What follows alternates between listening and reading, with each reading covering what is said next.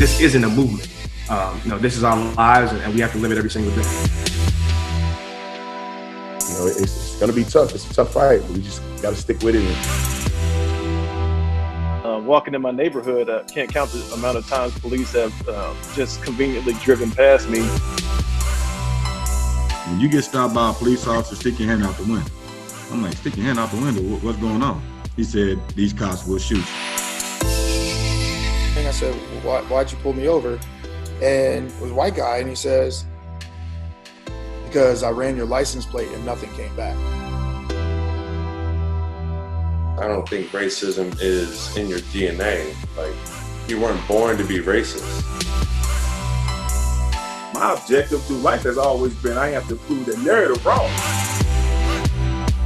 And I'm really kind of sad and kind of embarrassed and feel awful that there is so much racism.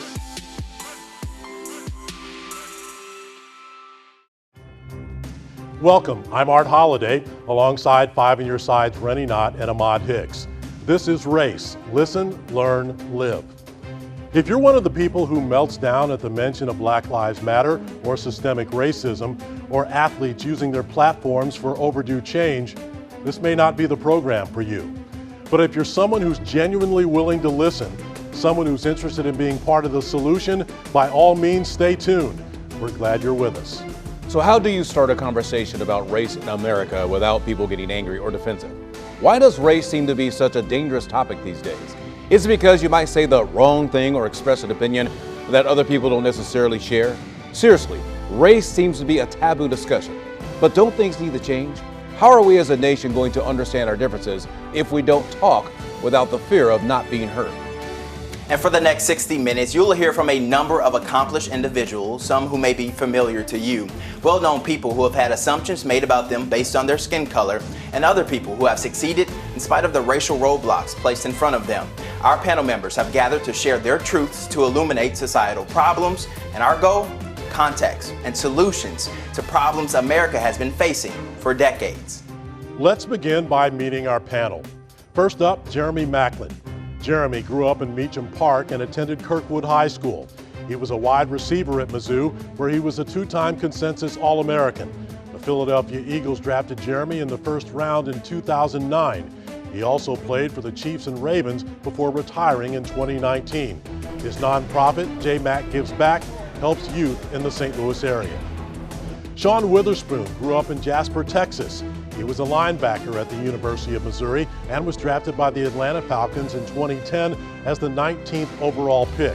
He also played for the Arizona Cardinals. Brad Smith grew up in Youngstown, Ohio. Smith was a four-year starter at quarterback for the Mizzou Tigers. Brad was the MVP in the 2006 Hula Bowl and excelled in the classroom, earning a spot on the Big 12 All-Academic team. He was drafted by the New York Jets in 2006. Ryan Howard has an impressive baseball resume. World Series champion, National League Rookie of the Year, three-time All-Star, National League MVP. Ryan grew up in Florissant and went to Lafayette High School. A first baseman, Ryan played college ball at Missouri State. He was drafted by the Phillies in 2001 and called up to the majors 3 years later, spending his entire career with Philadelphia. Ryan holds numerous Phillies records, retiring in 2016. Will Franklin finished high school at Vashon. He was a wide receiver at Mizzou. He's played for the KC Chiefs, Detroit Lions, and Oakland Raiders. Will served as the coordinator of player development at Mizzou, returning to Vashon in 2018 as head football coach and assistant athletic director. Mike Jones grew up in Kansas City. Another Mizzou grad, he originally played running back but switched to linebacker. He signed with the Oakland Raiders as a rookie free agent and then started with the St. Louis Rams in 1997. He's known for ensuring the Rams' victory in Super Bowl 34 by tackling the Titans' Kevin Dyson at the 1-yard line. He is head football coach at SLU High. Justin Britt attended high school in Lebanon, Missouri, where he lettered in football, wrestling, and track. He started for Mizzou at both left and right tackles. Justin was drafted by the Seahawks in 2013 and is currently a free agent in the NFL. Rounding out our panel, former Mizzou head coach Gary Pinkel. His program at Mizzou produced 9 first-round NFL draft picks, 7 bowl victories, and 5 conference divisional championships. Pinkel is the founder of the GP Made Foundation, helping children who face health, physical, and economic challenges. Everyone's take on racism is just a little different. So we begin our conversation getting to know our panel of athletes just a little better, asking the question, have they ever been treated differently because of the color of their skin? I grew up in a town, small town in Texas called Jasper, Texas.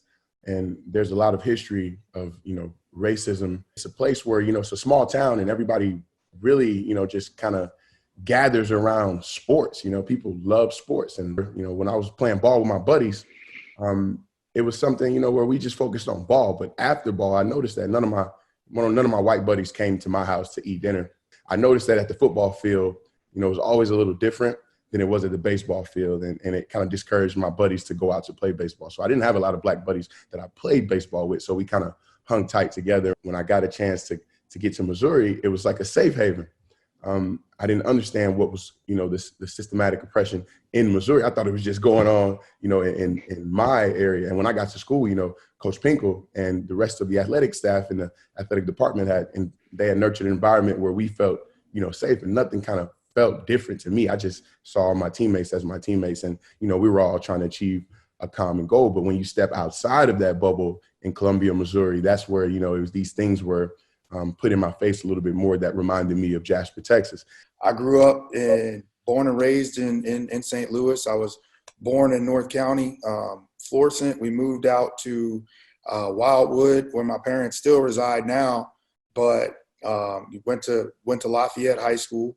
And obviously from a baseball standpoint, you understand that your white counterparts, that's where the more competitive baseball is going to be. I grew up, I played baseball on black teams. I played on a white team, but it was a completely different animal playing on that white team, because you look around and you're, like I said, you're one of one or maybe one of 2 black kids on that team. And, you do kind of feel some type of way in terms of like, okay, well, my teammates are my teammates and I'm going to enjoy myself and have a good time. But in terms of other things, they can't really relate to you. So you find yourself in situations where you're kind of looking to relate more to them as opposed to somebody of your own color. For me, so for those who don't know my story, when I was about 13, 14 years old, I had a white family take me in. And I met this family when I was 9 years old. So I was able to spend some time with them and understand, something I had never seen before. You know what I mean? Something as little as eating dinner together as a family, right? We didn't do that at my house. We didn't sit around the table and eat dinner. So I was able to kind of see different things. And I'll never forget this, man. We're going trick-or-treating in the neighborhood. And we get up to this house and the family asks, okay, who lives in this neighborhood? And, Tyler and Mitchell, who are my white brothers, they raised their hands, and I didn't live in the neighborhood at the time, so I didn't raise my hand, and, they gave them these big king size Snicker bars, and I had, a Tootsie Roll.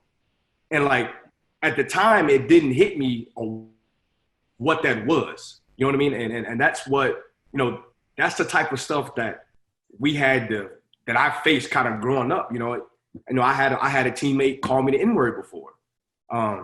So it's always been, relevant in my life because I've experienced it. So I've dealt with it all, but the one thing that I've never, let that affect is how I view people, because I felt like if I let those instances or those couple of examples shape my mindset for how I view everybody who looks like that or everybody who does what they do, I would never reach my maximum potential as a person. I would never have gotten to where I am now. I can remember as a kid, in Kansas City that, there were certain areas that they just told you, you don't go there because it's going to be a problem for a black man. And I can remember it was strictly north of the river, going towards the airport. There was areas that you didn't go to, and I'm quite sure everyone on there has experienced something like that as a black man, where your family has told you, hey guys, it may not be smart for you to go over there because it's going to be a problem. And I just can remember as a kid, I played multiple sports, and as athletes, you're able to go. I shouldn't say able. You tend to go places that most of your guys you hang out with don't go. You'll play in areas that a lot of your friends like, hey man, why are you going over there? And like, I don't play baseball over there. I play football, basketball. So you're used to certain environments that a lot of your friends that aren't doing that aren't used to that. So as you get older, when you're playing in high school and then when you go to college, you're playing baseball, football, wherever, all over the country, you go over different areas that a lot of people don't experience. So a lot of things has to do with you being in an area and people not used to going outside their comfort zone in those areas. Growing up in inner city St. Louis, you don't really interact with a lot of whites. It's predominantly black, 95% black. So the first conversation when I committed my junior year, the first conversation a teacher of mine at Vashon said to me was, Columbia is a racist town. And I had never heard it. I had visited Columbia a few times, played some basketball games and showed me games, all these different things. So I didn't really understand. And a year later, I get on campus and we summer welcome, you're going through all these different things, and we get to the sorority houses. And guys on the team that had been there a couple weeks before me that were freshmen like me were like, man, stay away from over here. Campus police, they really protective over the sorority house. So, you take what those before you have said and you stay as clear as possible. So that never was something that I encountered while on campus at Mizzou. I just listened to those before me. Hey, you stay here, you stay away from there, you can go here. Even when you out, you just respect what those who have had experience in these things tell you. First, I'm just really humbled to hear everybody's stories. I'm from Youngstown, Ohio, and that's if you look up hood in a dictionary, Youngstown's picture is next to it. So for me, what framed at the time my experience as a kid was fear of being hurt by people like me. Just the violence and the depravity that I saw on a daily basis was what scared me. So everything my mom and the church and sports did was to take me away from that. I didn't have the look that a lot of my friends had, that they would be treated a different way. I was the safe one. So I get to college and it really started hitting me, being a quarterback and a guy people see a lot. And it kind of started to hurt me after the fact that, Brad's the safe one. Like he's not like the rest of them.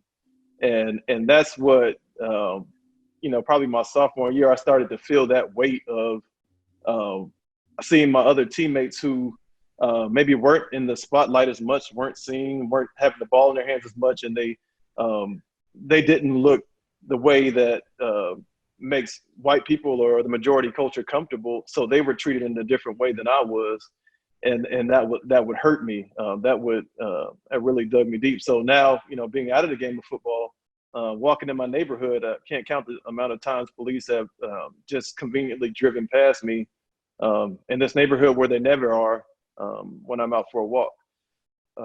When I go in for business deals or try to talk to people about opportunities, I'm just another guy, somebody who's not intelligent until they found out what I did for a living or my experience or whatever success I had playing football.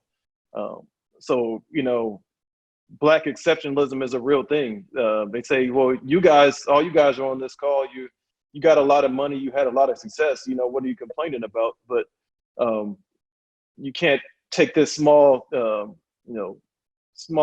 pot of people and clump the experience of the entire community into one pot. So I think the biggest thing I've seen since leaving the game of football is now you're regular, and now you feel the brunt and the weight that you might have been oblivious to before.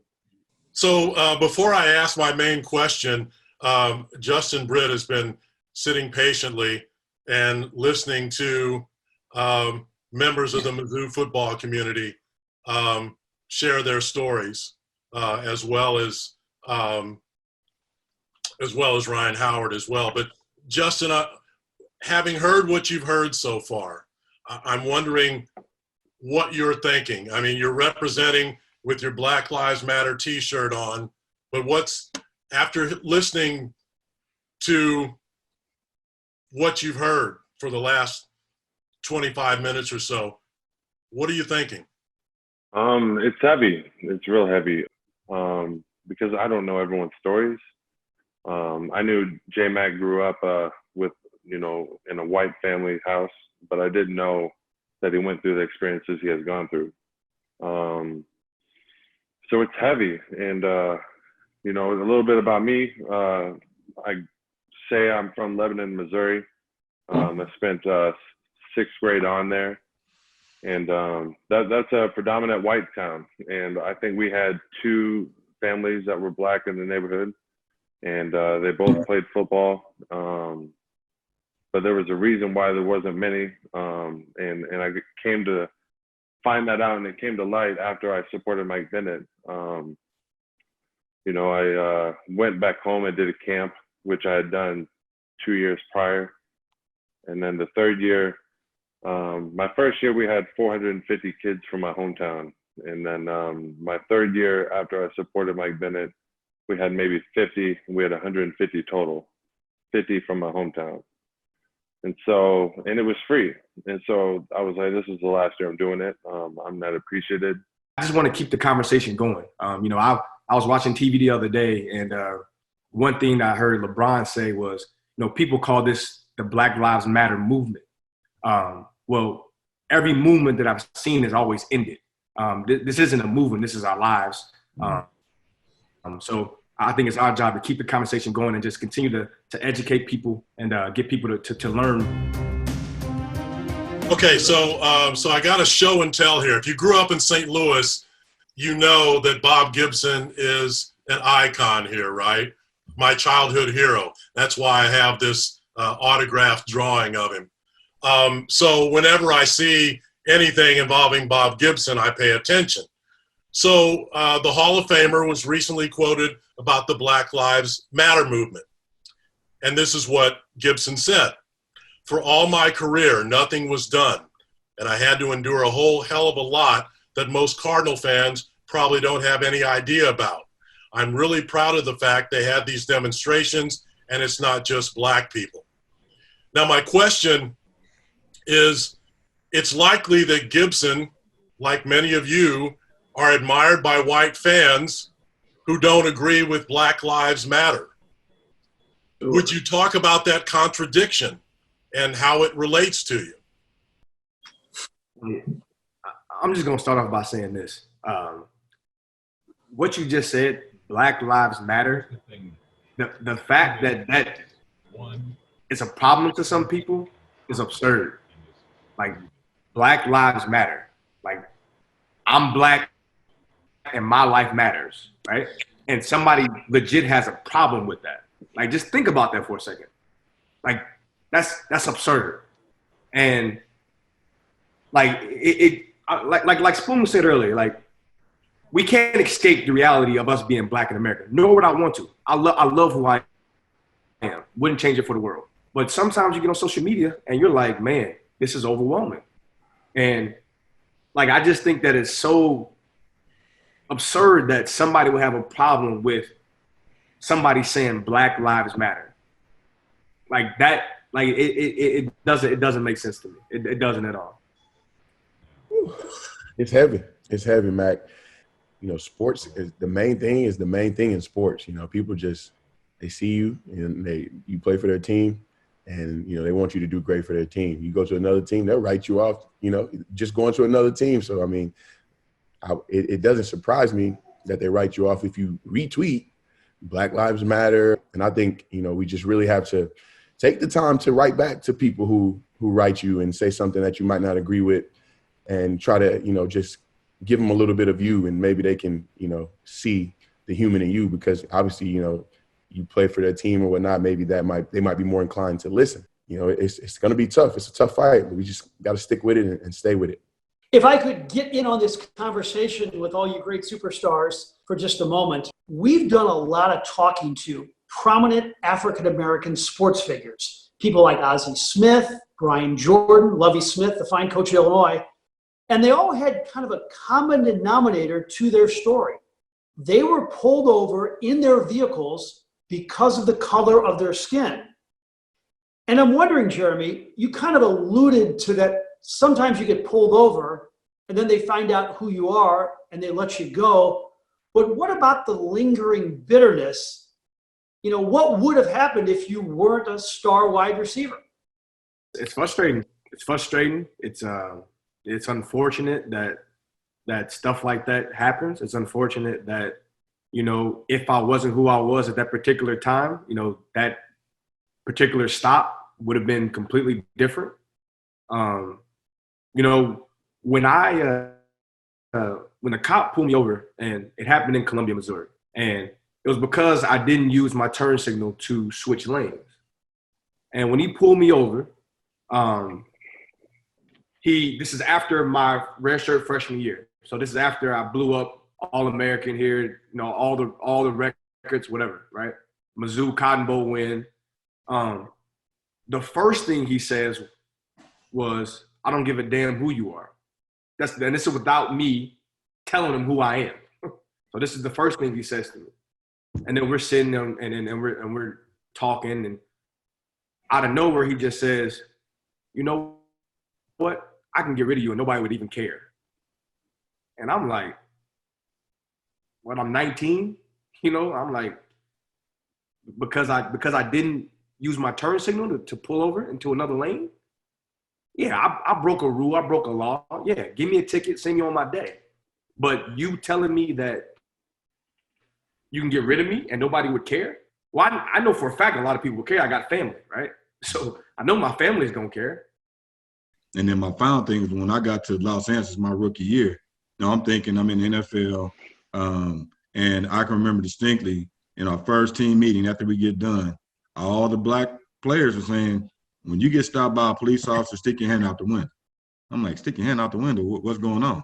He said, "These cops will shoot you." And this is coming from guys that are playing in the NFL that have been in LA for a while, and it blew me away. And so, I mean, those experiences like that, you know, unfortunately, that was the way of the world. That is the way of the world at times. And, you know, everyone's, you know, is not always comfortable to talk about it, but those are situations that we find ourselves in. I want to bring Coach Pinkel into this conversation now. And Coach, you're listening to all these different stories. And I think one of the things that a couple of guys were alluding to is having the talk, where we're told to conduct ourselves in certain manners.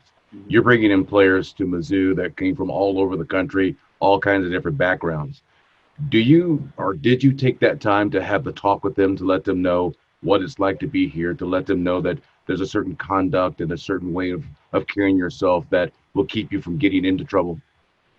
Yeah, I think we talked about all those things. I mean, I try to have an environment with all my players. By the way, I'm so proud of you guys. Start crying here, Justin too. You know, you're putting your hand on your teammate's shoulder. I just think it's awesome, and I'm really kind of sad and kind of embarrassed and feel awful that there is so much racism. And, you know, you guys expressing from your heart things that happen to you, and it just breaks my heart. And so, you know, when I grew up, I graduated from high school in 1970. Nobody make fun of my age, okay? I graduated high school in 1970, and the 60s was crazy, absolutely crazy. And when I grew up, I was 13 years old or 14 years old. I don't have to told this to our players if I remember it. But I went out and played with some of my buddies up there. It was an all-white neighborhood. And I middle income, had a mom and dad at home, great, but didn't have, you know, I didn't get a car until I was in college, stuff like that. So I grew up with a really great mom and dad. Anyway, some of my buddies were using the N-word. And so I threw it out there. I go home, an hour later, I go in, my mom's standing at the door. And one of the neighbors knew that how she felt my mom was and her kids, how respectful they got to be people. So she calls her up and says, you know, Gary's down here doing this. And he used the N-word a couple times. And she looked at me, and she asked me if I'd done it. And I looked at her, and I was going to lie, but I knew I wouldn't get away with it. And she ended up taking me into the bathroom and lathered up a washcloth and stuck it in my mouth and went around like 3 times, pulled it out. I didn't get sick or anything. There's no abuse. But in my home, how I was taught the day I was born, okay, you're respectful to all people. You're respectful to give the benefit of doubt for all people all the time. Whether you're gay, whether you're black, whether you're white, whether you're Christian, whether you're Jewish, whatever, you respect people. And so I lived like that my whole life. And that's, I always wanted, when I had a football program, I wanted players to come in and not have those kind of experiences that you all guys are telling me. That in our walls, you were treated respectfully regardless of your color, and that wasn't even an issue of it. And so we tried to, you know, create that kind of environment. And it's just sad. I mean, you know, people need to see this tape. They need to see this. You know, you guys are very well respected, and they gotta understand, because I think a lot of them don't get it, and I would like to think that they don't care, but I think a lot don't get it. Being back on campus when things took off in 2015, I really couldn't actually understand what the current players at that time was experiencing, because I had never experienced. My experience in Columbia was total opposite for some of those guys. You know what I mean? I didn't get that. You know what I mean? I grew up in St. Louis. Our cops were black. Our firemen were black. Our teachers, 90% black. Our administrators, my parents, my family. I didn't experience a lot of interracial things. So I knew of these things, but it didn't hit my front door until you start seeing more things show up over social media. And me having kids now, and I have kids that live in Columbia, where I have to, you know what I mean, continue to talk to them, because, hey man, it's a lot of things going on in this world, and you're in a town where it's literally still some racism going on. If he's telling me he pulled me over and I didn't do anything, it's like, that's wrong. He's a fan favorite in Philly and grew up here in St. Louis. Major League Baseball's Ryan Howard. When Race, Listen, Learn, Live returns.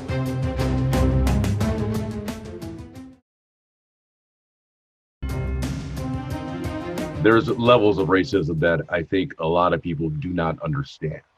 And one of those things is the little subtle things that are said to you, the looks that you receive from time to time. From the guys on this call, give us all a better understanding of what it's like to be the black person in the room, the guy who's in the expensive store, the guy that's trying to buy the nice car, the guy that's just trying to live his life, but at the same time feels the looks, hears the little messages like, oh, he speaks so well and stuff like that. Oh, what a nice dresser. Oh, you come from over there? I mean, I still get that to this day. I'm a 56-year-old man who's on television 5 days a week, yet people will still look at you differently. And I try to think, oh, it's because I'm on TV. A lot of the time it isn't. So just speak to that idea that there's more racism out there than just the blatant, hey, you N-word. There's a lot of little things that take place as well, right? Yeah, I'll jump on that one. Okay, go ahead. Yeah, I mean, you get so many kind of little backhanded compliments. Oh, he's so articulate. He speaks so well. And it's just, how am I supposed to speak? You know, am I supposed to sound a certain way? Because I think like either Brad or like Jeremy said, when you talk a certain way, all of a sudden you're not black. You know, you're not black enough because you don't talk like, you know, somebody who grew up in a different area. So it's one of those things to where it doesn't make sense. Like, look, we've gone to school, we've gotten educations, we know how to speak. We know how to go about walking around and going to the store. The thing I love to do is I'll go walk in a Gucci store or a Louis store and look as bummy as I possibly can. I will go in some sweat shorts, flip-flops, Y'all know what I'm talking about. Y'all know what I'm talking about. And you walk in and you just get these looks because you know in the back of your mind, I can go in here and buy out this whole store if I wanted to. But when you walk in, it's about the looks that you get because it's automatically assumed that, oh, well, because he's got on these sweatpants and he's got these flip-flops, like, You don't supposed to be here. I can remember walking into class, at Missouri, my first class, and when you walk in the classroom, everyone looks like, okay, what are you doing here? I mean, it's sad, but it was a fact. You walk in a classroom and you may be one of two or one, especially a smaller classroom, where you may be the only black guy in the classroom. And so, of course, everyone looks at you. And then like Ryan said, oh, he must be an athlete. No, it couldn't be that he's going to school here because, first of all, you deserve to go there anyway. But to go a step further, they expect you to not be there. I'm just going to be candid about it. Not expecting to see a guy, because I started off in engineering. So I'm going to calculus and chemistry and I'm walking in the classroom and you can tell when someone looks at you and is like, are you supposed to really be here? Are you in the wrong classroom? And, you just, you got to get beyond that because, you're doing what you want to do and what you're supposed to do. But I mean, it sits in I hate to say it, from day one when you walk in the classroom. And then again, when you get opportunity to do well for yourself and you walk in somewhere where people aren't used to seeing you, everyone's looking at you. And unfortunately, all of us have been part of when people walking around when you're looking at something and you have someone that I call them an admirer of you, even though they're not admiring what you're doing, they're making sure that you're not doing something, and they're walking around the store with you, seeing if you're going to steal something. And that, I mean, it's sad, but that's just a fact. Frank, after you hear all these stories, being a white broadcaster in St. Louis, why did you feel that it was important to share Black stories, especially after George Floyd was killed? And how did you look at life differently as a white man who's been covering Black athletes for 30 plus years? And I'll be honest with you, I didn't feel any racism growing up at all. I grew up in a white section of town. I didn't have to deal with it at all.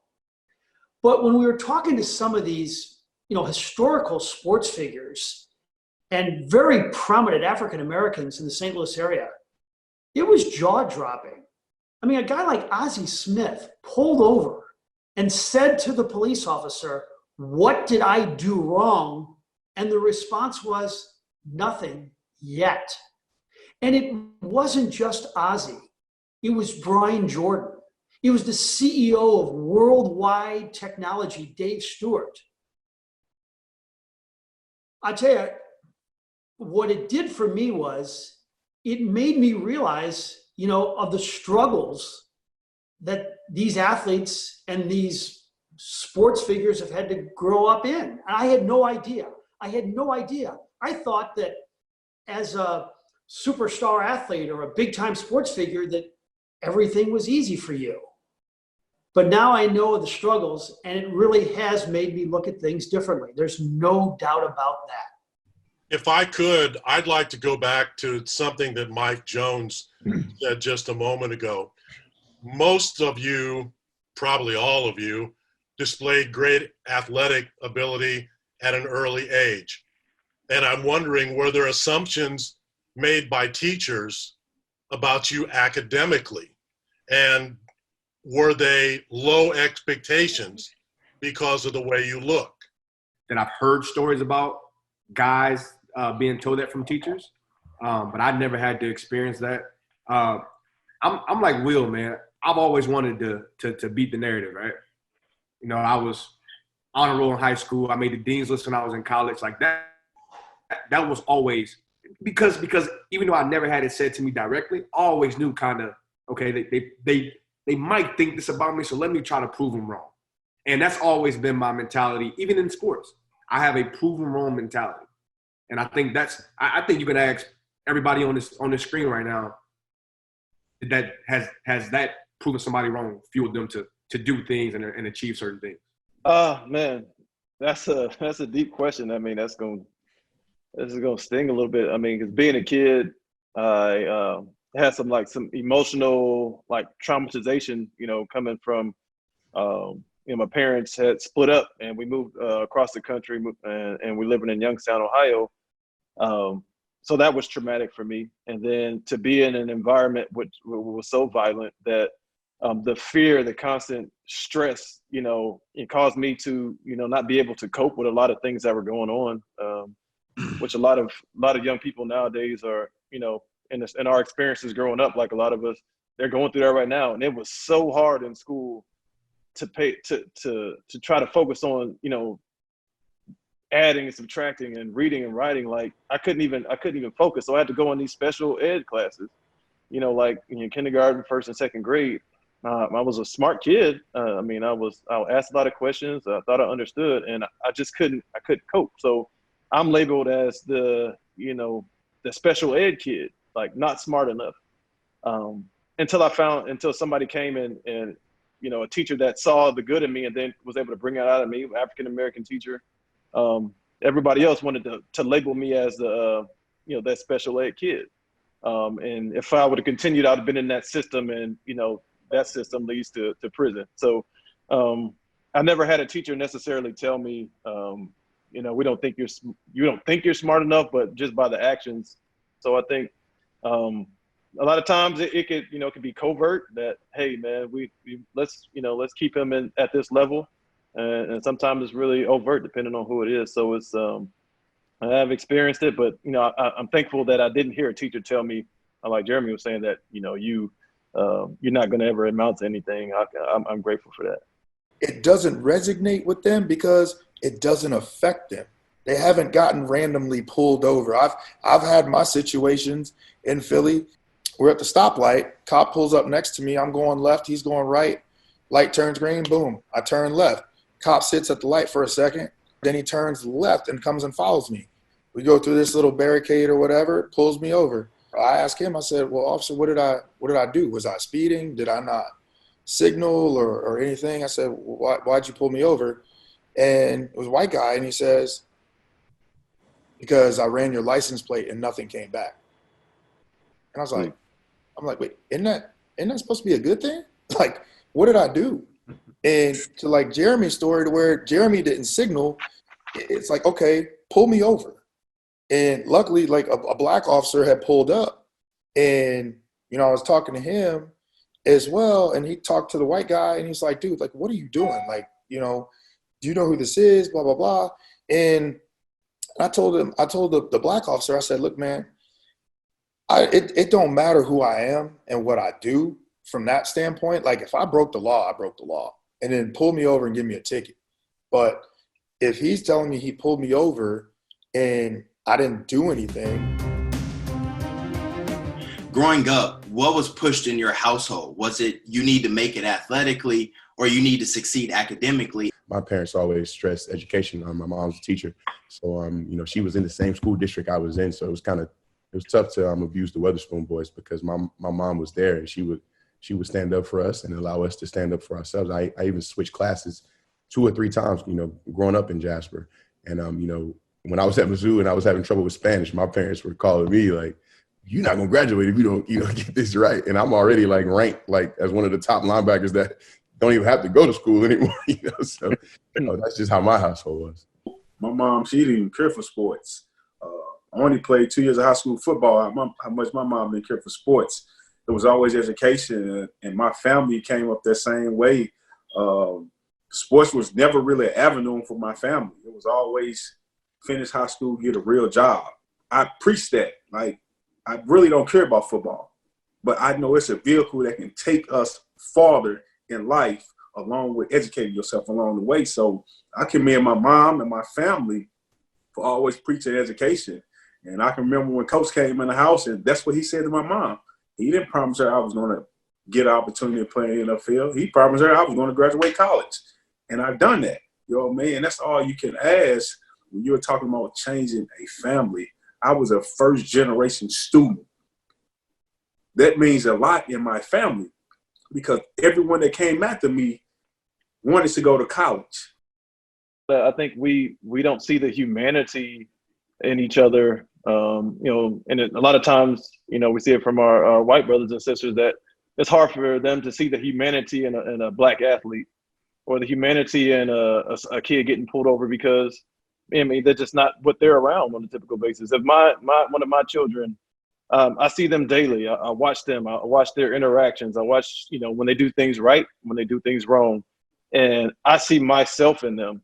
So when I discipline them, I'll discipline in a way in love, so they have a chance to come back and do it better the next time. And that's easy. So if I'm a police officer and I pull Will Franklin over, I see myself in him. I have empathy for him. I understand what he's been through, what he's going through. And, I think we lack that when it's, when we're dealing, especially with the divide in our country now, we don't see the humanity in other people. We see the worst. So, I think that's a big part of the solution is love. And then when you love somebody, you see the humanity in them. You see the frailty that you have as an individual, that you don't have it all right. And neither does this person. So let's work it out together. Many of you have opinions and possibly even relationships with Colin Kaepernick. It's really fascinating to me that in the 4 years since he took a knee and we got to George Floyd, we understood why he was taking a knee, even though his message is still trying to be hijacked and misconstrued. Right. Would you all talk about Colin Kaepernick? I had a chance to play against Colin in college for a couple of years, compete against him in the NFL, and didn't really know him.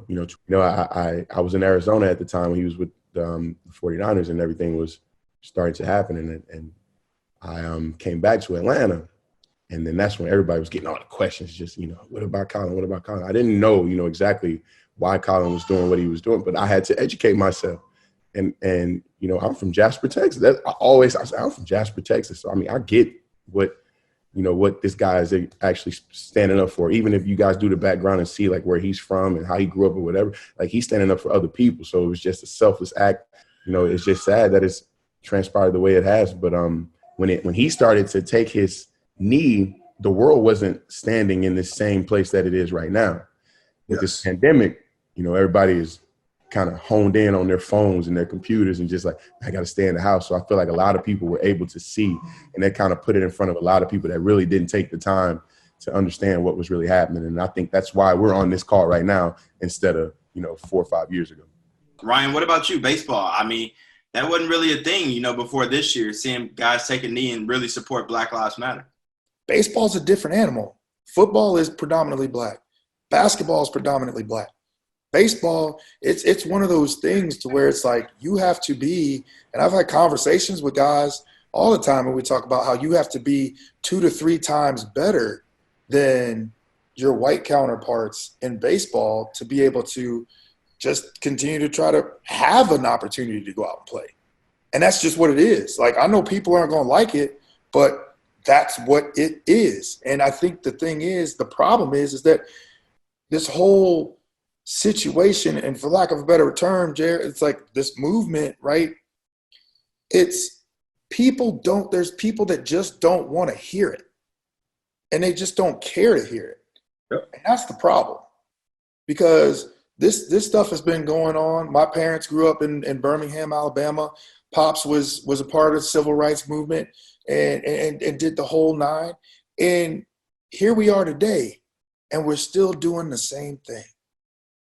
We're still doing the same thing. And unfortunately, it's like this is kind of it's a gift and a curse in the same breath, because this is what it's had to take for us to be able to have these conversations again and really get it out for people to really start to look at and really start to understand, because it is important when you see, all the black folks that are on this call, but having Coach on here, having Justin on here, to be able, because that's where it starts, man. It starts with people like them, to where it's like, I want to learn. How do I become a better person? How do I help change this situation? And to me, that's what it kind of comes down to, is like, ultimately, you got to want to change it.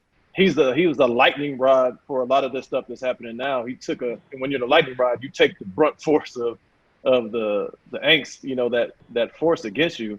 And I think one of the things that stuck out to me when he first started protesting, I think he mentioned one of the lines in the national anthem that says, "No refuge could save the hiring enslaved from the terror of flight or the gloom of the grave. So, you know, like in rebuttal to, hey, you're disrespecting the flag and the anthem, but at the same time, this anthem was glorifying the killing of slaves who were fighting for freedom, or so forth and so on. So just the you know, the dichotomy of like, you know, how can we're bipolar as a country. In one instance, we put the face on like we're perfect, and behind the scenes, we have a lot of nasty history that I think we don't grapple with as a country as a whole.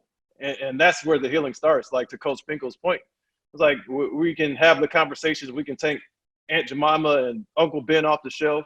We could, you know, all these stores could do all these cool things to kind of quench the flames. But, you know, 20 years from now, we'll have a no-name waffle mix on the shelves instead of a real change. So, you know, grapple with that history. You know, talk about what really happened. You know, not indoctrinating until we can glorify these heroes we thought we had, but let's have a real conversation with our children, with ourselves, and we got to start there. You can't shy away from things that make you uncomfortable. You got to embrace it. Like, I remember whenever I stood by Mike and, you know, it was a preseason game against the Vikings, and I did it and my heart was like I was terrified. I could hear people in the back like, stand up, yelling at Mike. They were ignoring me. They were ignoring the white guy that had his hand on his shoulder. They were just yelling at Mike. And so I knew that the media was going to come ask me questions, but yet I was uninformed and uneducated about the matter. All I heard was that my brother, who I battle with every day and go to war with, asked for a white man to help him. And that's all it took for me to say, I'll be that guy. Let me be that guy. At the Mexico City Summer Olympics, you had a couple of athletes stand on the stand and raise the black fist. At one point, you had the summit where you had some of the greatest names in the history of athletics, including Jim Brown, Bobby Mitchell, Muhammad Ali, Lou Alcindor, Kareem Abdul-Jabbar, who all stood together unified and talked about possibly having a boycott unless things changed, unless times changed.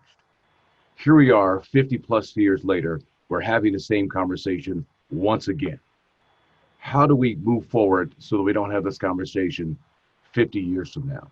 I got 3 points on this. I think the first thing and probably the most important thing is education, right? I think it's important for Black people and white people to educate themselves on the history of this country and the history of things that have gone on in this country. I think that will give people a better understanding of why things need to change moving forward. I think number 2 is to continue to have these type of conversations, right? Continue to share stories, continue to have somebody like Justin here listening to what we have to say and us listening to what he has to say as well. I think that's gonna, I think that's how you move to change things in the right direction. And I think lastly I think it comes down to how we raise our children, right? It comes down to the type of things that I instill in my daughter, into my son, into Ryan and his kids, Spoon and his kids, Brad, Will, everybody on here. It's how you raise your children as well. Justin, if you raise your children with love and compassion and looking at people for who they are, not what they look like. Now, that doesn't mean ignore color, right? I want my daughter to know that she's Black, right? She should know that she's Black.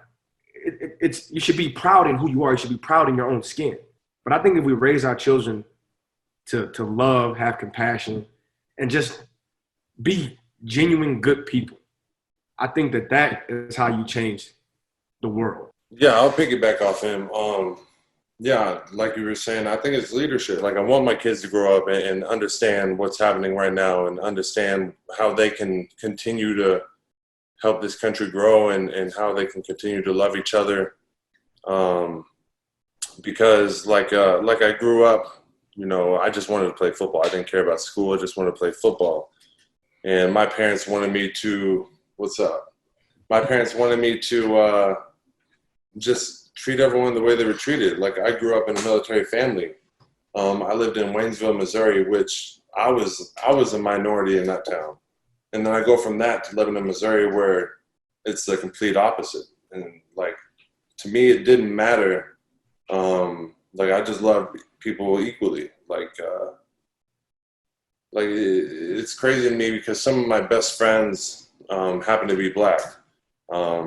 Somehow I tend to, lean on them and I vibe with them more than I do with, some white people. And because they get it and they understand the world. And I feel like a lot of white people are naive and they, just because of their experience, their upbringing, and their lack of education in that aspect.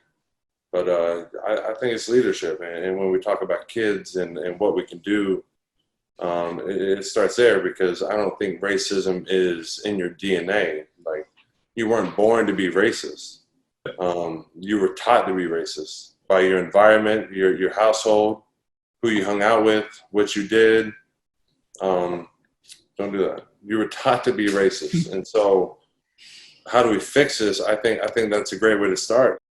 The sports world has done a great job of just keeping the conversation going. It's a different world that we're living in. And what I try to do, I have 3 youngins, and I try to just love them the way my parents loved me, because that's all they could give me. They really didn't have a lot of answers for me. They gave me, love and a certain way to move.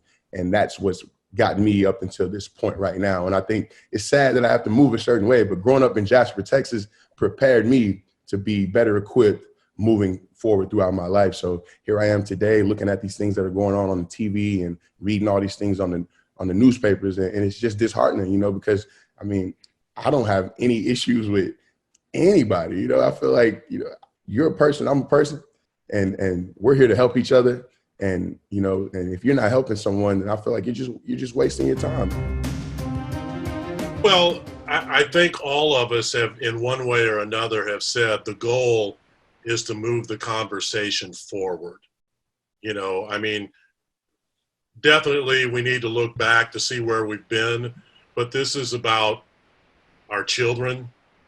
It's about moving the conversation forward. So to the people who will see this, I often say there are 3 groups. There's the people that already get it, where you're preaching to the choir. And then there's the people who wish all of us would shut up. And then there's a group of people in the middle that understand what they don't know, but they are willing to listen and they are willing to learn. So what's our message to them to close this out? Right is right, wrong is wrong. And there's no way around that, And when we're talking about the respect of human beings' lives, we have to hold that to a high standard. We can't find these little holes in someone's argument or some outlier and try to say, well, it didn't happen like right is right, wrong is wrong. Pick a side. The cost of living is going to be eternity wherever you end up. I don't know what to do. I don't know how to get the word out. I don't know how to keep the change. In 15 years right now, we have this meeting again. It's everybody going to be saying the exact same things that they did. And then your kids are thrown right in with it like everybody else. So we got to come up with something. And we got to come up, white people, Black people, we got to come up with how you can actually change. My thing is be willing to just have the uncomfortable conversation.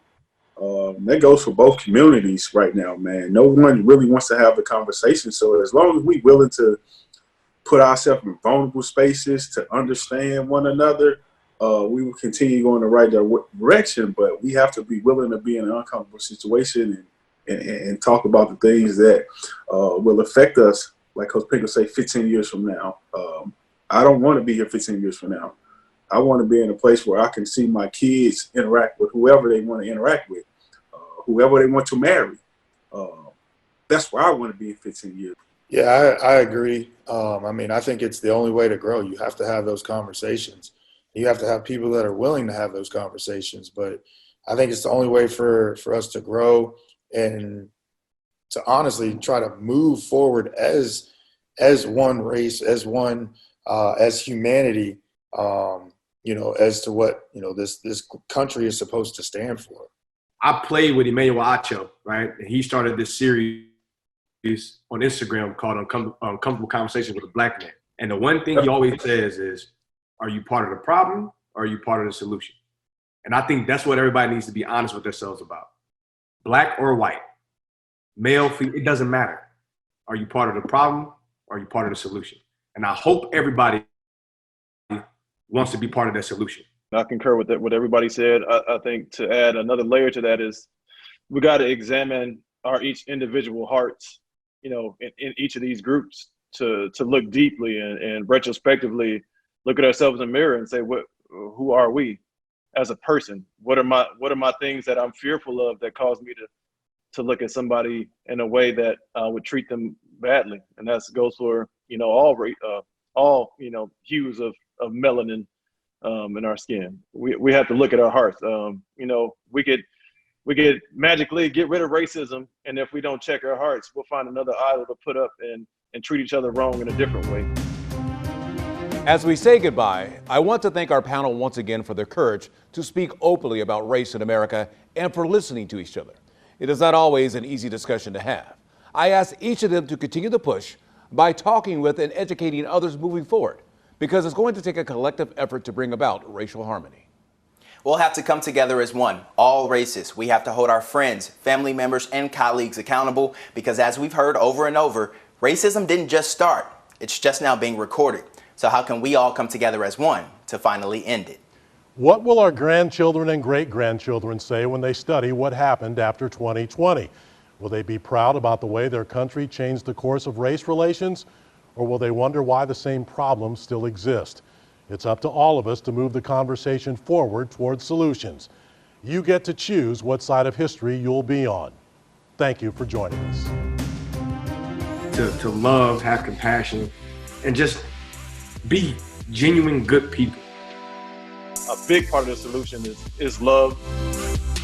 White people, black people, we got to come up with how you can actually change. I don't want to be looking back. It's like, hey, we still here. Are you part of the problem or are you part of the solution?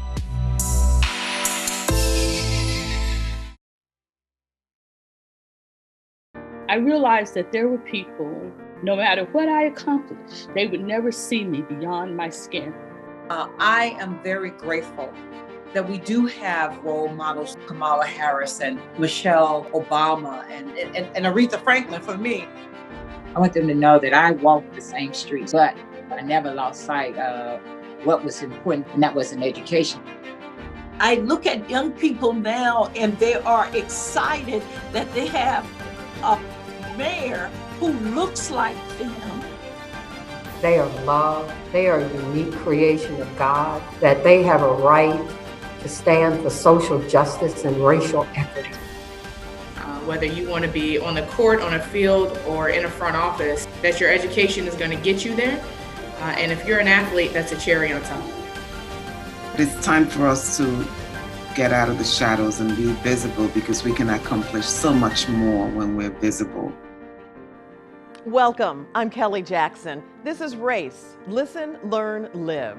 Starting a meaningful conversation about race in America can often separate people before discussion even begins. Having that conversation can be uncomfortable. But if we don't create a dialogue, then people fool themselves into believing racism isn't that bad, that it doesn't exist. Our focus in this next hour is on Black women. Our hope, have an open mind.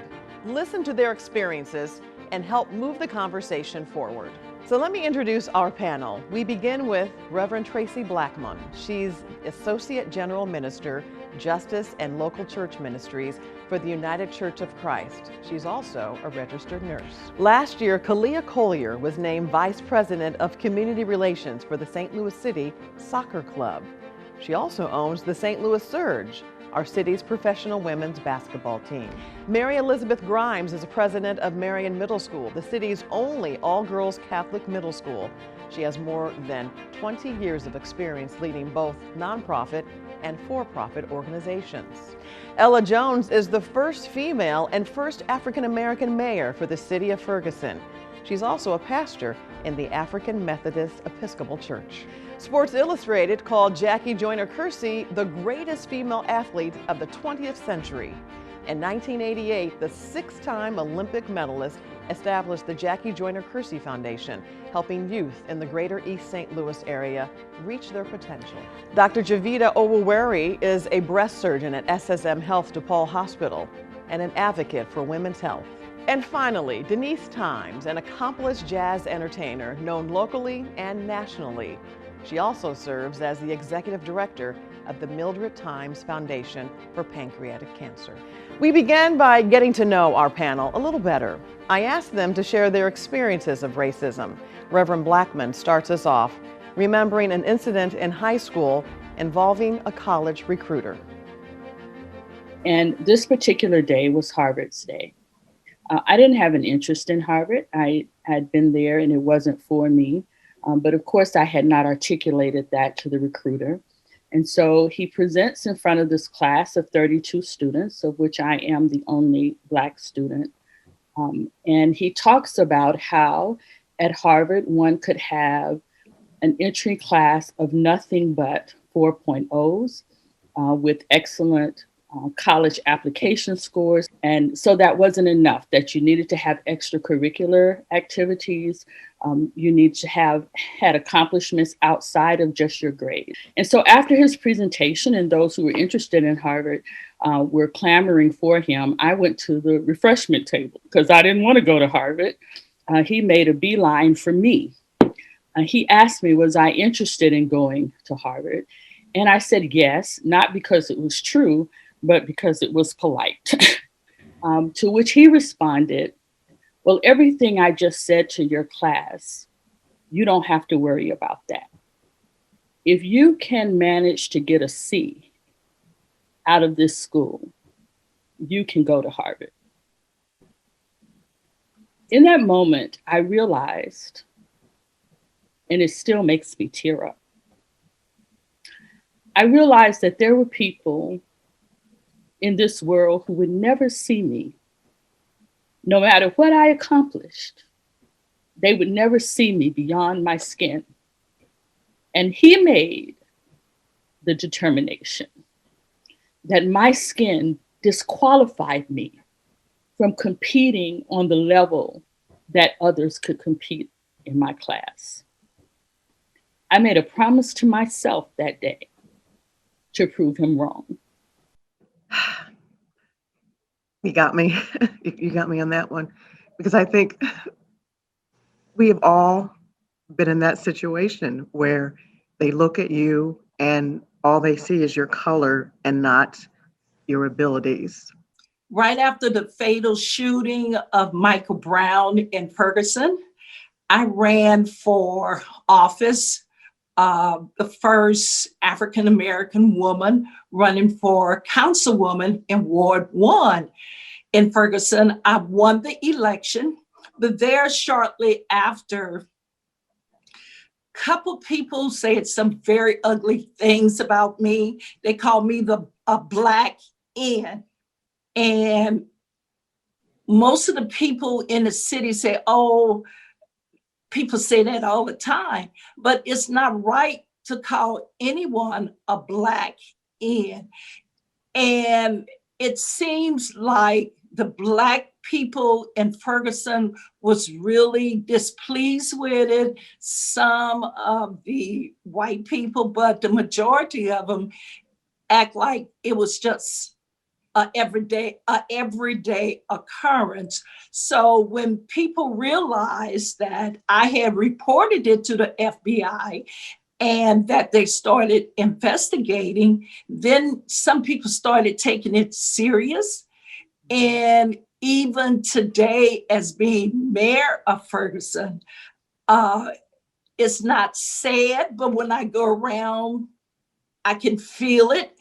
And it is sad that in 2020, racism is still alive and is well, and people don't hesitate to try to make you feel like you don't belong, but yet you were chosen.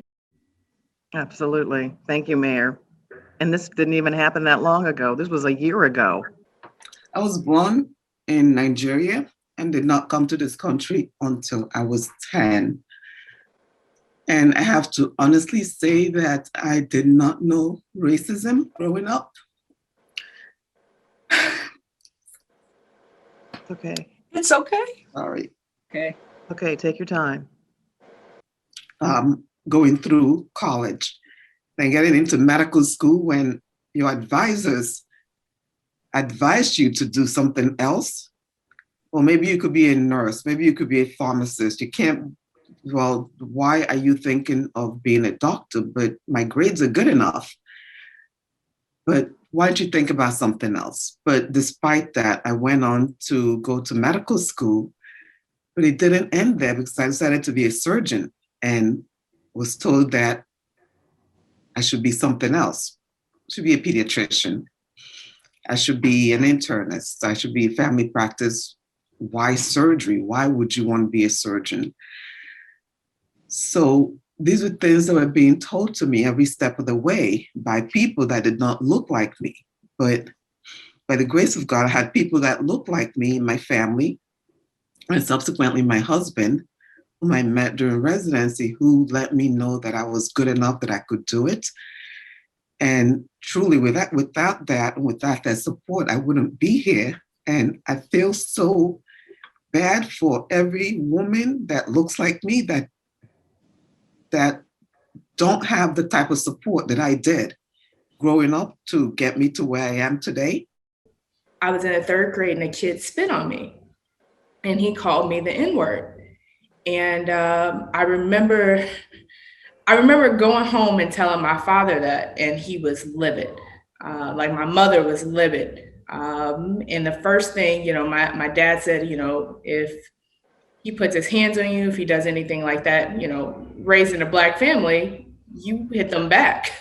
And so the next day I went back to school, little boy, same thing, it's incredibly hateful. He pushed me and I punched him in the stomach. It was a moment, I ended up being reprimanded. I remember going into the principal's office and they had to call my parents. And my parents came to the school and they said, your daughter put your hands on this young man. And my father said, she did exactly what I told her to do. And what are you going to do to this young man? And I remember these incidents as a kid. And I think the only thing that saved me being in a predominantly white school was that I played sports. I'm reading a book called Black Fatigue at the moment because I couldn't really process what I've been experiencing. And it's like, it's hitting me so heavy because I'm remembering all these things as a kid. And now I'm experiencing them again as an adult.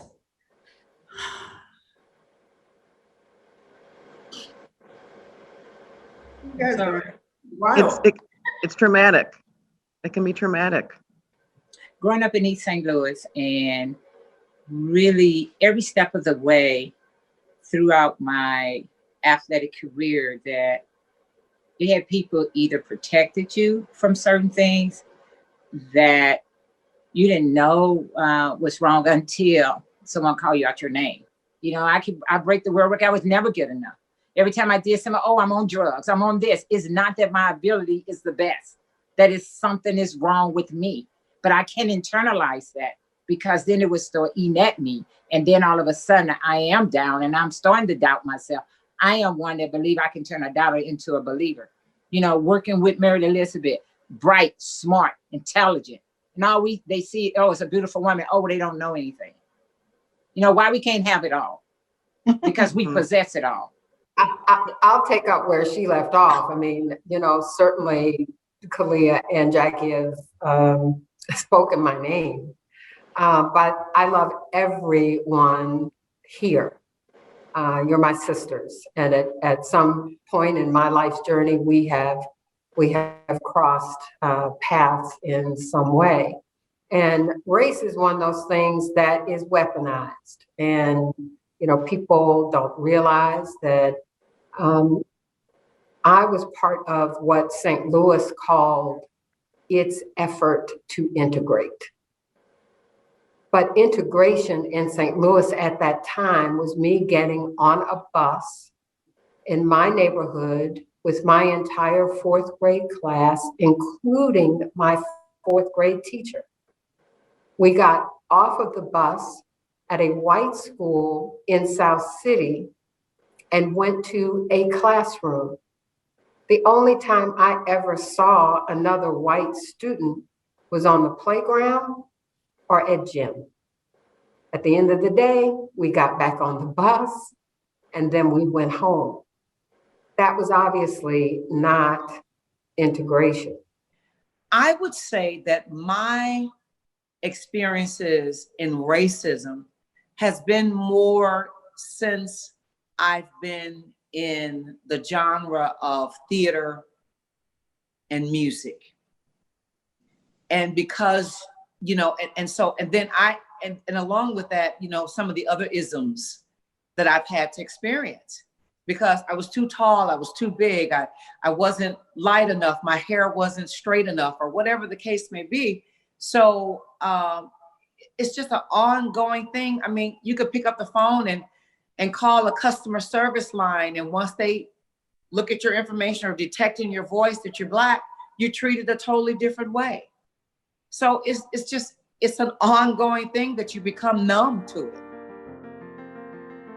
We've documented their stories. I started feeling ill at home. The coughing was the worst side effect that I had. I could not talk. That's how I was talking. Black women detailing their battle with COVID-19. The worst symptom for me was the chest pressure and a little bit of kind of difficulty breathing. That part was definitely the most scariest, because like once I had it, I just really didn't know what to expect. Nearly a year into the pandemic, studies show Black women were the hardest hit, not just by the virus, but by the economic domino effect that followed. To be honest, I think that we knew health disparities were always there, but I don't think we ever observed it in this dramatic fashion as we have in COVID times. Dr. Farron Mannion is the chairman of the Department of Medicine at Mercy Hospital, St. Louis. He says he noticed immediately the virus was not affecting the population in an equal way. Some of it, again, has to do with their societal role, because often Black women may be the head of the household, and they have obligations to, raising kids and taking care of their parents. In addition to that, statistics from the World Health Organization show women are 1.8 times more likely to have lost their jobs due to coronavirus. African Americans are twice as likely to have lost their jobs compared to white Americans, and 70% of healthcare workers are women. I'm not surprised by that statistic, but we obviously have to do better. And it's something that I feel like a lot of people don't necessarily know about or take into consideration. Keena Muhammad is an account manager in St. Louis. She says until society makes some changes, it's up to women of color to take care of yourself. When I got COVID, I was focused on getting better. Nothing else mattered to me, because at the end of the day, if you're not going to take care of yourself, then how are you going to be expected to take care of other people and keep other people safe? Reporting in St. Louis, Jasmine Payute, 5 on your side. So I want to start with Dr. Olweri. As a doctor, what are your feelings on how this has really affected the Black community? Well, Kelly, it's really been devastating. And I think a lot of us did not really know the true impact in the beginning. So it's not probably till the second half of 2020 that we started to really see it. And I think the problem is that a lot of us in the Black community did not take this seriously also. And because of that, we did not take the appropriate precautions that we needed to take. And a lot of the reason we've been impacted the most is because of a lot of the predisposing conditions that are higher in the African-American community, the hypertension, diabetes, heart disease, et cetera, because all of those things are the things that make COVID disease even worse. And we have that, plus then not adhering to the restrictions the way I've seen it impact my patients, or what I do, is that because a lot of my patients have not been able to go in for mammography like they normally would, we've got a huge backlog of women that haven't gone in for their screening mammograms. So now in early 2021, we're having women start to go back for screening. And we're seeing lots of breast cancers that we should have diagnosed last year that we're now seeing, and it's just far more advanced than it should have been last year. So it's still early data that we're seeing on this, but the numbers are going to get much worse. And unfortunately, it's the African American community that is most impacted by this.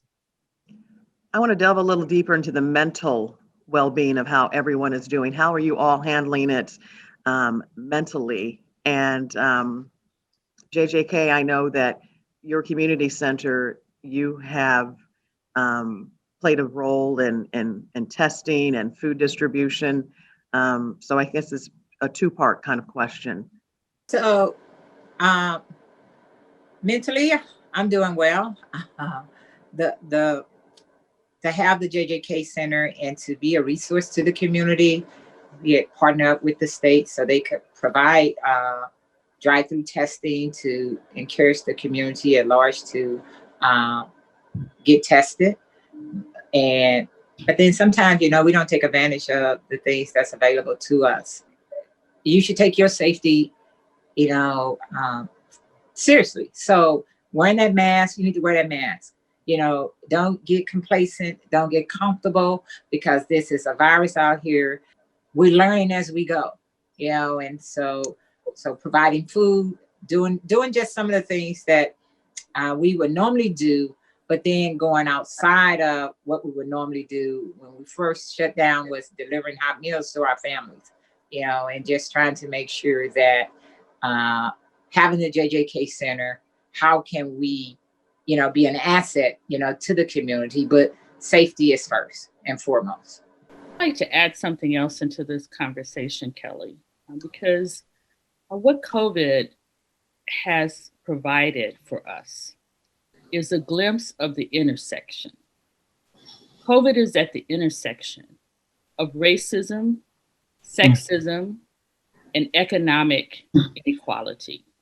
Though the images of essential workers that we receive are the physicians and the nurses, and thank God for them, but there are other essential workers in our neighborhoods, daycare workers, bus drivers, school teachers, nursery teachers.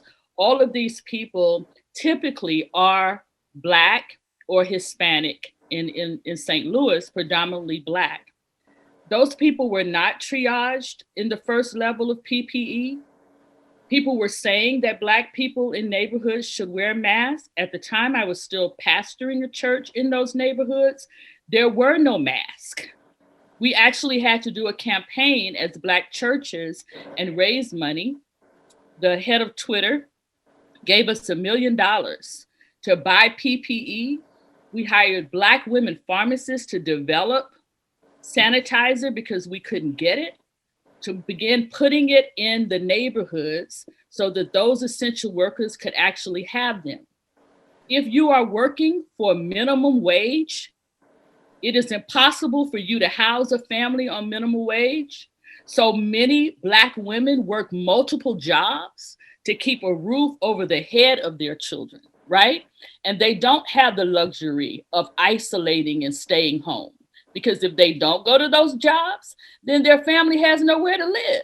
The only positive that I've seen that's come out of COVID is that it's exposed a lot of these inequalities to people that ordinarily would not be thinking about the inequalities, because this was the only time in a long time in history when most people were home, most people were on their computers, on their phones, on their devices.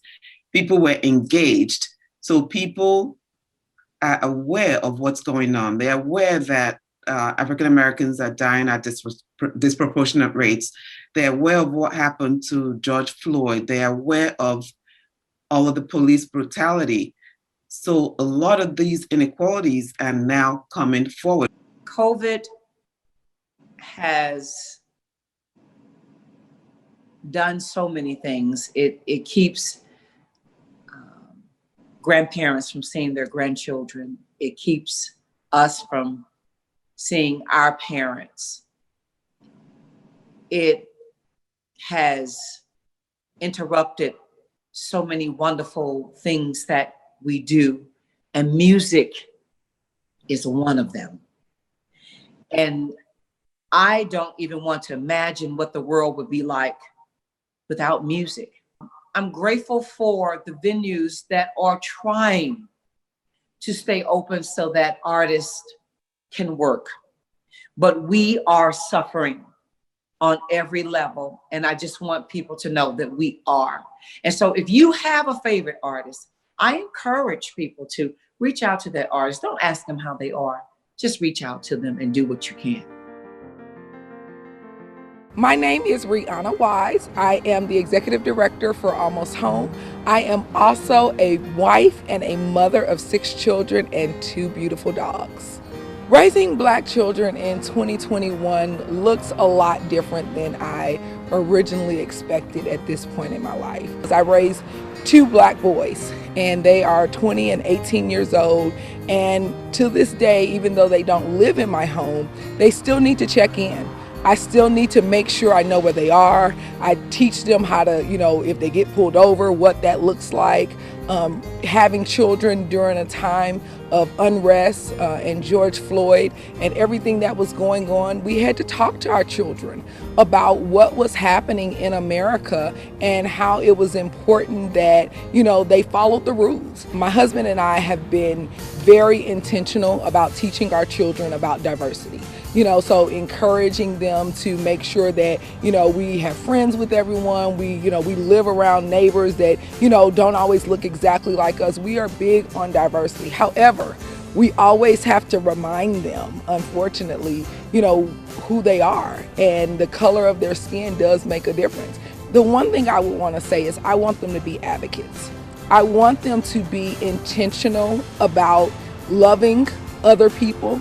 Let's see about our neighbors. Let's check in and make sure that, our seniors are doing good during this time. I want them to think about people and make sure that they're always saying, how do we help our community so that the community is well?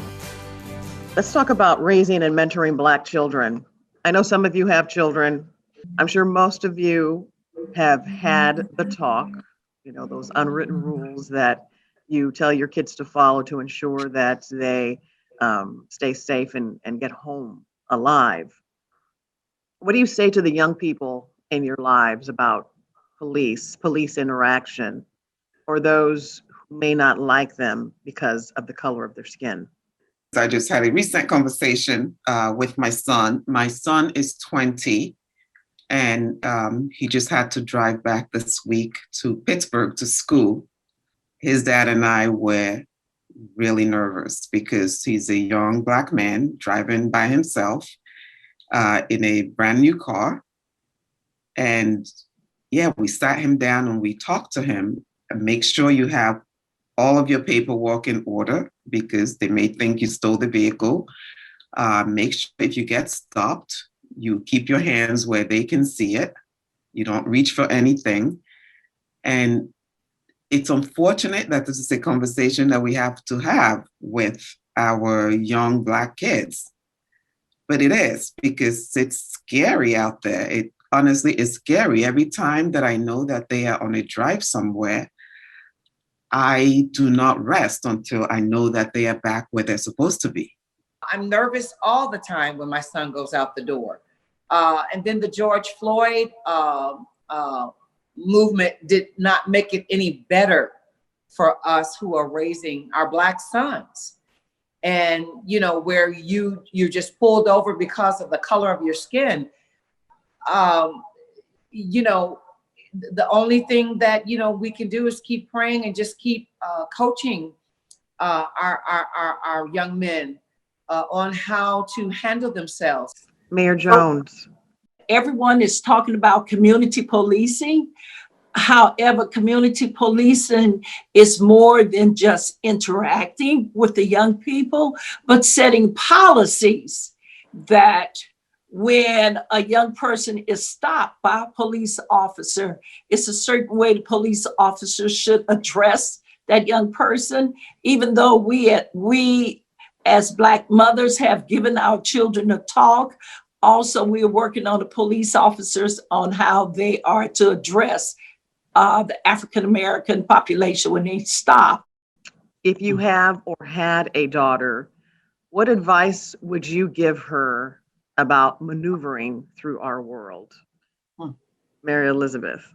I have a granddaughter, and during the George Floyd protests, one of the things that concerned her was, is this what I have to look forward to as I grow up in life?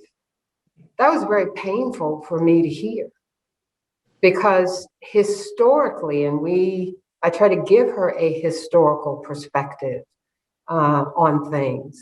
You know, she's not seeing where throughout history that she and people who look like her are necessarily valued for what it is they accomplish. And what I say to her, and I say to Marion girls, this is your time, your moment. At the moment of your birth, you were purposed with making an impact in this world. You're uniquely equipped to be able to do that. It is not about ourselves. It is about how we are able to do for others. And that's why I appreciate this panel of women, because I see that across our community spectrum, that's what they're doing. I am very grateful that we do have role models, you know, some that were mentioned, you know, Kamala Harris and Michelle Obama and Cecily Tyson and Oprah Winfrey. I'm so glad that these women, that, you know, our daughters have had a chance to experience these women, but it does not minimize the women that we experienced. By no means, you know, Shirley Chisholm and Maya Angelou and Aretha Franklin for me, you know, so it doesn't minimize the women that came before us, but my goodness, you know, they really have an opportunity to really soar and to really shoot for the stars. And one of the things I tell them is, you know, don't compare yourself to anybody else in terms of where you are in your life. Your journey is your journey, and it is meant for you, and you're exactly where you're supposed to be. I want to tap into what Mary Elizabeth shared about having a faith background. Dig deep into it, because that word anava, which is translated humility, does not mean to shrink or to be submissive or to be passive. It actually literally means to occupy the correct amount of space given you by God. Occupy all of it. Just don't try to take somebody else's space. And this is important to Black women, because I, as a pastor and as a mother of a womanish child, what I want her to know is that all the space God has given her is hers to occupy. And she doesn't have to diminish herself or shrink or act like she knows less or act like she's weaker. Be who God has called you to be. Walk in it. And the humility comes by recognizing that that same God has gifted other people too. If it means standing on the House floor, being very unapologetic and very loud about our struggles, that's what I'm going to do. In our next half hour, Black women shattering the glass ceiling in Washington.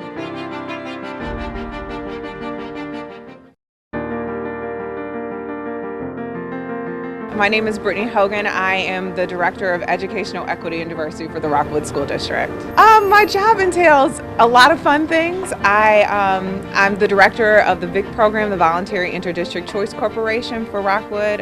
We have close to 1,400 students who are bused in from St. Louis City every day into our 30 buildings, and I oversee that program.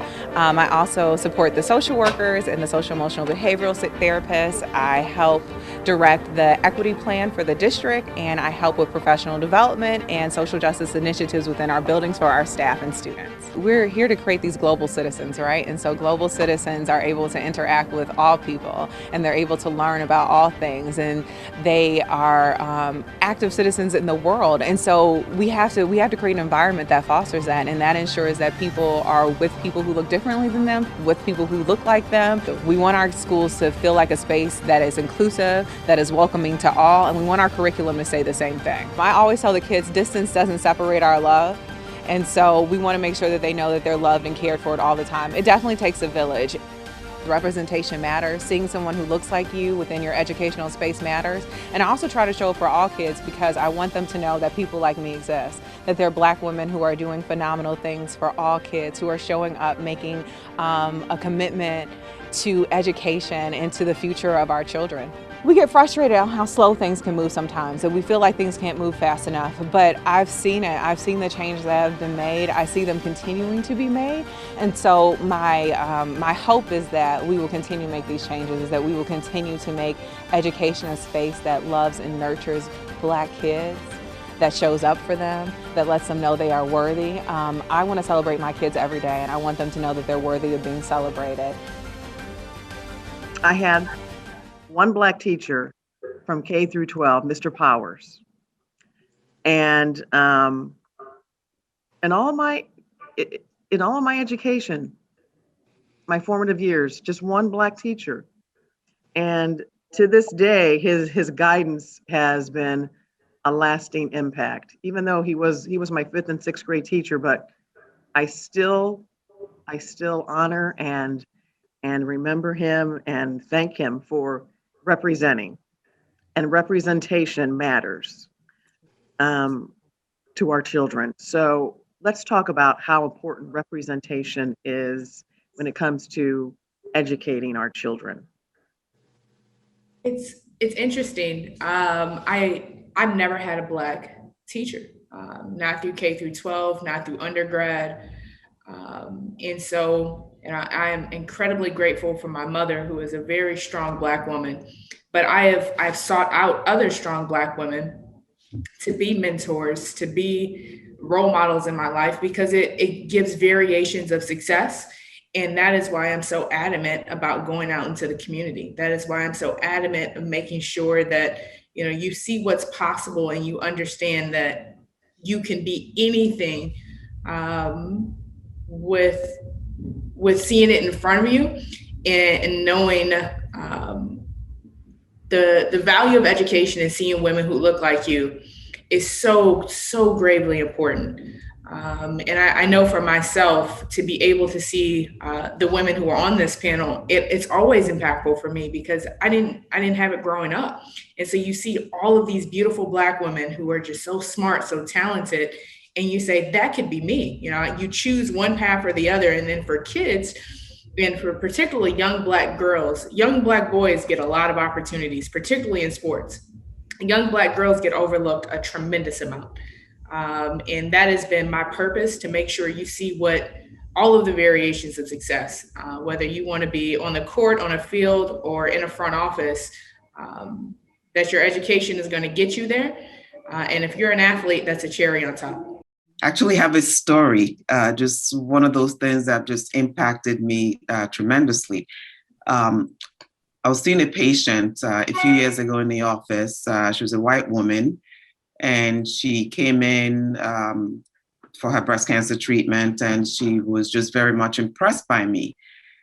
And I did not realize what her home situation was. But the next time she came in with her 2 children who were Black children. So she's a white woman that adopted Black kids.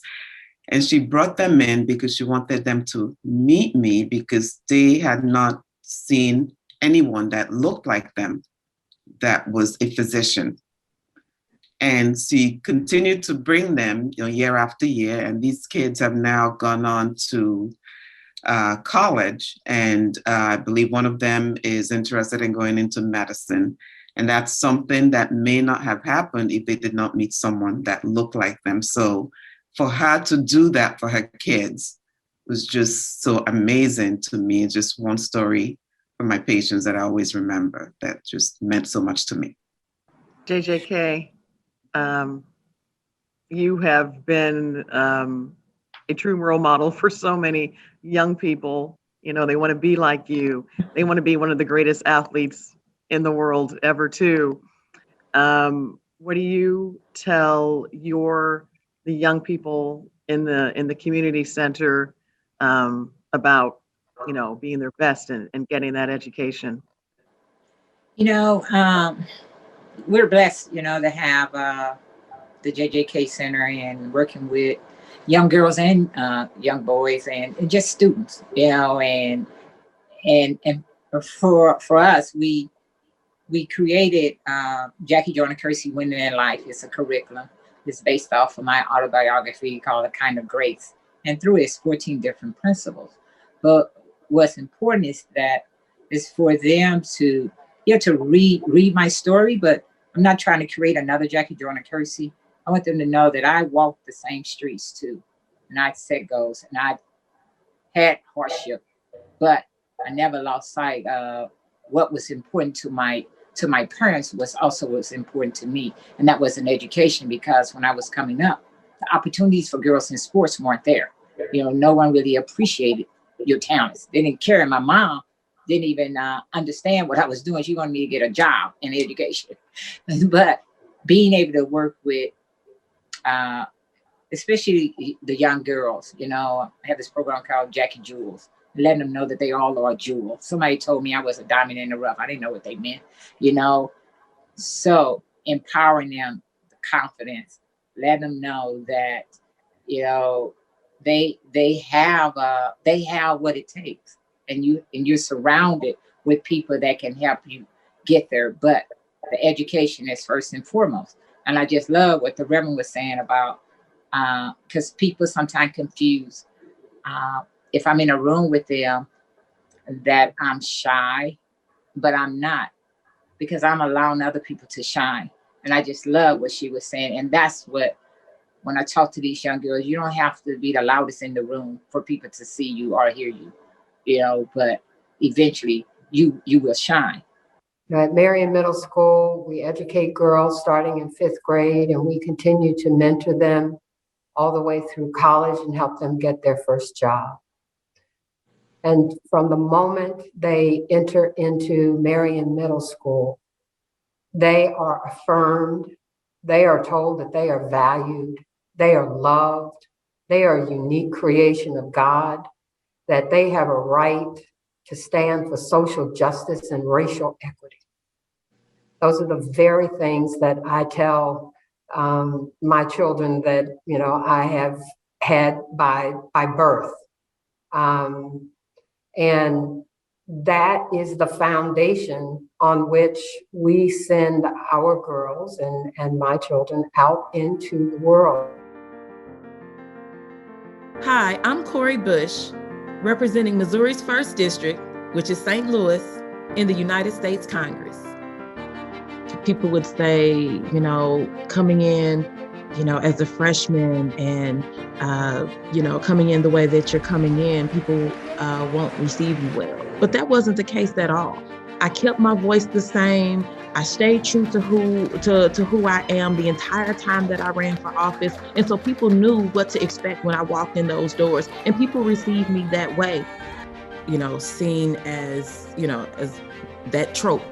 Black women, when we speak out, when we use our voices a certain way, that we're angry Black women. But for that to be a bad thing is the problem. The bad thing is that it still exists. The bad thing is that we're still fighting. The bad thing is that we still have to watch our children go to schools that are underfunded, mothers and fathers dying at the hands of police unjustly. We still have to watch people sleeping on the streets, unsafe housing right here in St. Louis.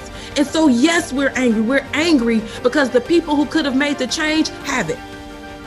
As I move further in my political career and in activism, in humanitarianism, I'm looking to our youth to start to do the same. Many have, and many are looking like, okay, you know, I feel like there's something that I could be doing, but I just don't know what. Educate yourself in whatever it is that you're passionate about. Like, really dig in. I say to young Black women who look up to me, who feel like they want to be like me, like following my footsteps, push forward, know your mission, understand what it is that you have to give to this world, to your family, to your community, and beyond, and go after that.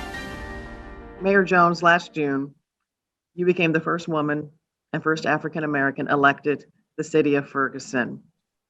What did that mean, being elected? What did that mean for you? It meant the people had a voice, and they exercised their voice, and they have come to a point they want to be heard. They are not satisfied with standing in the background anymore. Mm-hmm. And they selected someone who was opening their mouth and showing people that we are just as good as the next person. I look at young people now and they are excited that they have a mayor who looks like them, but not only that, listen to them.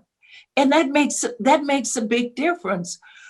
The night that I was elected, a young girl walked up to me and she said, Mayor Jones, my mom told me your degree is in chemistry. I said, yes, it is. She said, I want to be a chemist. I said, you can do it too. Just because you see someone doing it, you can do it too. It gave people hope. Well said. Political representation, I believe, is an important part or an important catalyst to racial equity, especially in 2021. So where do you think we need to go from here? I'm going to ask you, Mary Elizabeth. Well, first of all, I think you cannot be what you cannot see.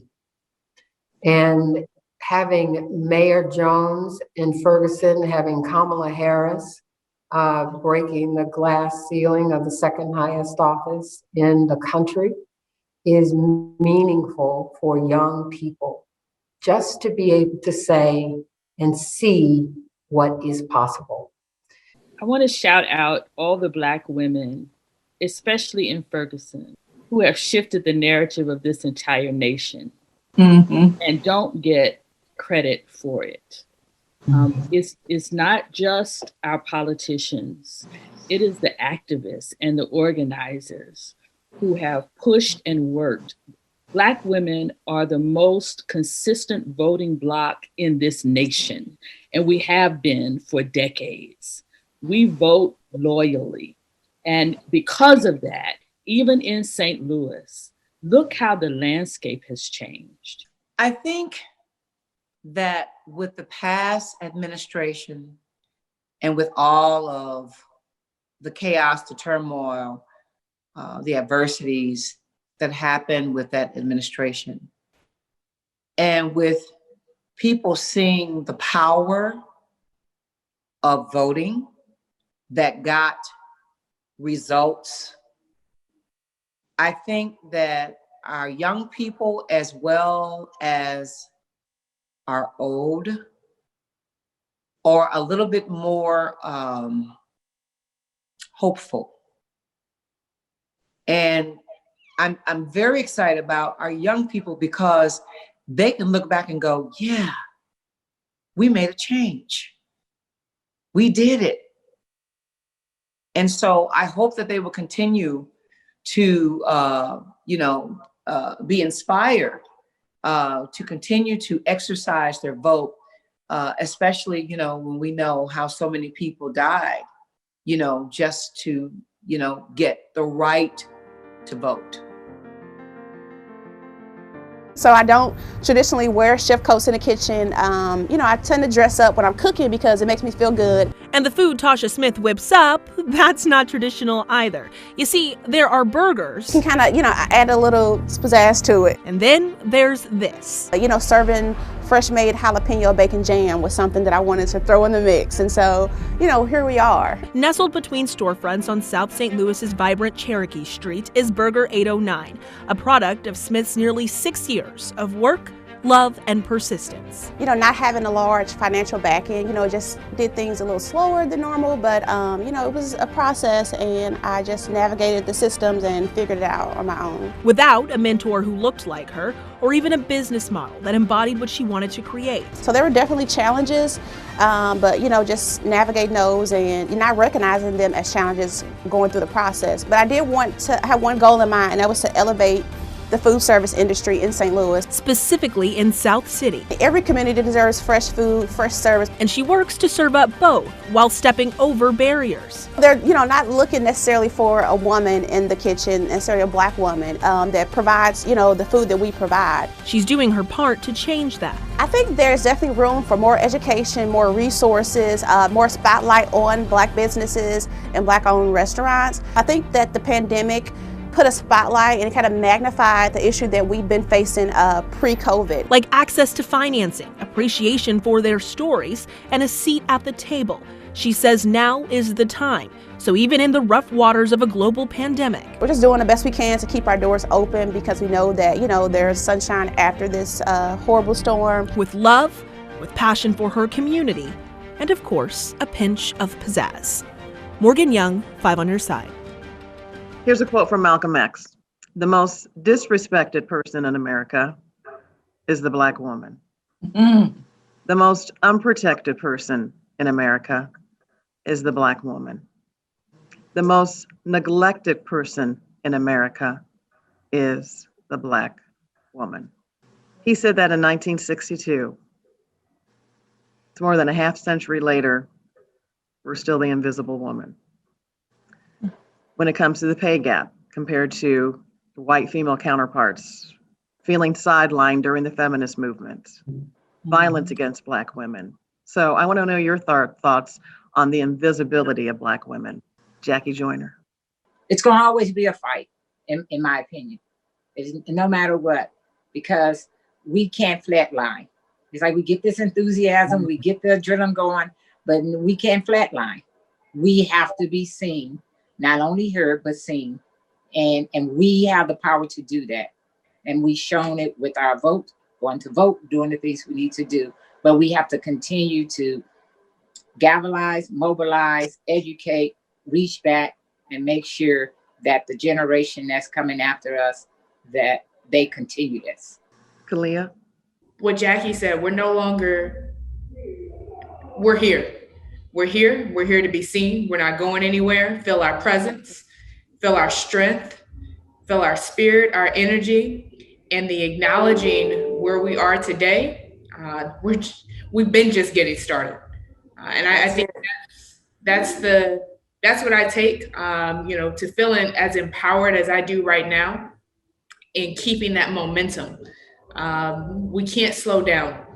And Mayor Jones is absolutely right. We have to continue to reach back, and we have to make sure that when we talk about being inclusive, that we're inclusive of all of us that look like us, to ensure that we're all going the same direction. On a team, you're only as strong as your weakest link. So therefore, we have no room. We got to make sure everyone is side by side and we're in this movement together. Dr. Oruwari? Just look at what we as Black women have accomplished while we've been invisible. But it's time for us to get out of the shadows and be visible, because we can accomplish so much more when we're visible. And when I think about where we're going, I know we are going forward for sure, but I like to think we're going up. beyond the glass ceiling. I like to think that there is something beyond the glass ceiling, and we can definitely go for it. I would like to change the word invisible to disregarded. If you look back on history, Black women have been visible and have done much for us to be here today. The question becomes, have we been regarded and celebrated for the contributions that we've made? And so I, want to say that this collective talent that we are talking about, collective strength, collective wisdom, is what will carry us forward. This is what we have been divinely gifted with. And so to be able to use that for the good of humanity, for those that are coming behind us, that is what is critically important. That's my personal mission, to help other women and certainly to make a pathway for young girls. Reverend Blackman? I like what Mary Elizabeth just did with that. I was thinking about how the support of most structures is not seen. And that's how I think about Black women's presence in our society, not just for Black people, but for all people. I would say to that, and it's just a question in my mind. My experience as a Black woman, and most of the Black women I know, could get more credit, but credit is not what we're after. We're after change. Mm-hmm. We're after making life better for our children. Just most of the Black women I know, the credit is just a coincidence. It's that we want to move the entire village forward. And I count it an honor to stand on some shoulders and stand shoulder to shoulder with women who understand not just the I, but the we. Black women move for the whole. We always have, and we always will. What comes to mind is a scripture. Let your light so shine that men may see your good works and glorify your Father which is in heaven. It's been a long, long time coming, but I know change gonna come. Before we go, I want to thank our panel for sharing their personal stories in an effort to educate others about racism and racial inequality. It is a problem that has been centuries in the making that won't be solved overnight. But we hope this program was a step in the right direction. Let's keep the conversation going. We leave you with more from singer Denise Times. I'm Kelly Jackson. Thank you for watching Race, Listen, Learn, Live.